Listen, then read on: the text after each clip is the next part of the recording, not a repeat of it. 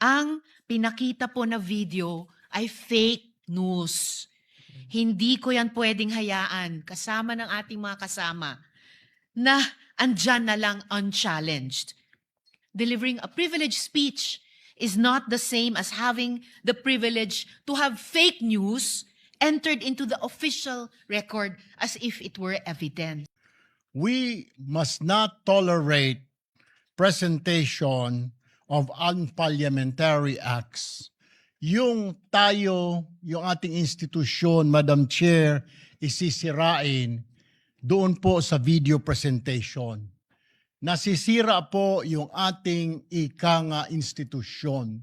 And what we're trying to do, Madam Chair or Madam President, instead of trying to regain yung credibility of this Senate, ano na lamang po at babanatan po natin mismo ang ating institusyon. Wala pong iniwan yun, Madam President, na sisirain po natin ang sarili nating tahanan. Clearly, disinformation has no place in this chamber, Mr. President.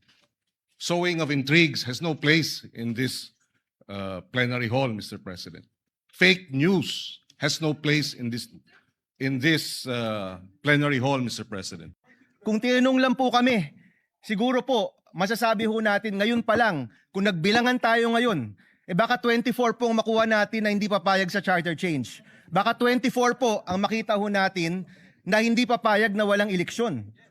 So para sabihin po na yung minority, yan ang pinakapaka, yun po'y mali, yun po'y fake news, yun po'y misinformation, and I second the motion of Senator Zubiri to strike this video off the record. Maraming salamat, Mr. Chairman, Madam President.